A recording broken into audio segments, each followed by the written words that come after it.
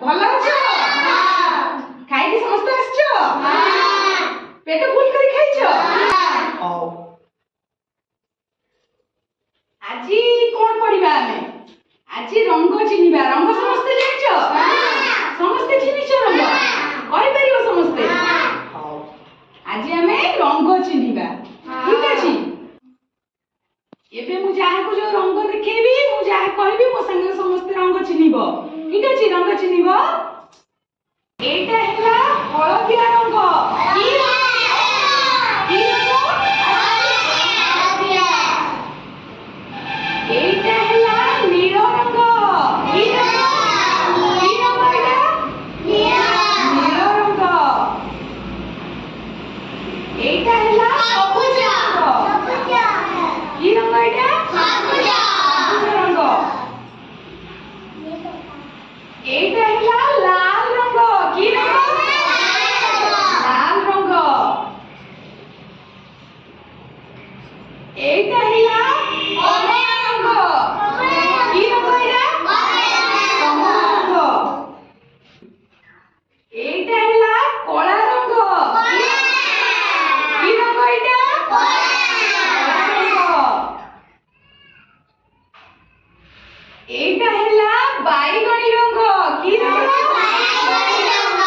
କି ରଙ୍ଗ ଏଇଟା? ବାଇଗଣୀ ରଙ୍ଗ। ଏଇଟା ହେଲା ଗୋଲାପୀ ରଙ୍ଗ। କି ରଙ୍ଗ? କି ରଙ୍ଗ ଏଇଟା? ଗୋଲାପୀ ରଙ୍ଗ। ଏଥର ପିଲାମାନେ ସମସ୍ତେ ରଙ୍ଗ ଚିହ୍ନିଲ? ଏବେ ଯାହାକୁ ଯୋଉ ରଙ୍ଗ ଦେବି ତମେ କହିପାରିବ? ସମସ୍ତେ ଦେଖେଇବ। ଯାହାକୁ ଯୋଉ ରଙ୍ଗ ଦେଇଥିବି ସମସ୍ତେ ମୁଁ ଯେତେବେଳେ କହିବି ସେଇ ରଙ୍ଗ, ତମେ ସମସ୍ତେ ସେଇ ରଙ୍ଗ ଯାହା ପାଖରେ ଥିବ ହାତ ଟେକି ଦେଖେଇବ। ସେ ରଙ୍ଗ ଦେଖେଇବ ଯାହା ପାଖରେ ଯୋଉ ରଙ୍ଗ ଥିବ। ହେଲା?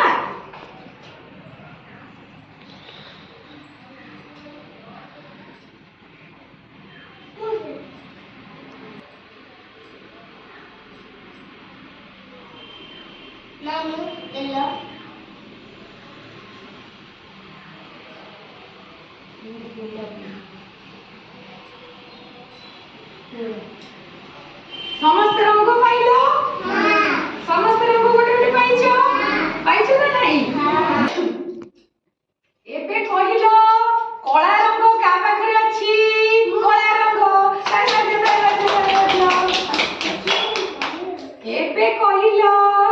ଏବେ କହିଲ ସବୁଜ ରଙ୍ଗ କାହା ପାଖରେ ଅଛି? ସବୁଜ ରଙ୍ଗ। ସବୁଜ ରଙ୍ଗ। ଏବେ କହିଲ କମଳା ରଙ୍ଗ କାହା ପାଖରେ ଅଛି? କମଳା ରଙ୍ଗ। କମଳା ରଙ୍ଗ। ଏବେ କହିଲ ଦେଖିବା। ଏବେ କହିଲ ଗୋଲାପୀ ରଙ୍ଗ କାହା ପାଖରେ ଅଛି? ଗୋଲାପୀ ରଙ୍ଗ। ଗୋଲାପୀ ରଙ୍ଗ। ଏବେ କହିଲ ନାଲି ରଙ୍ଗ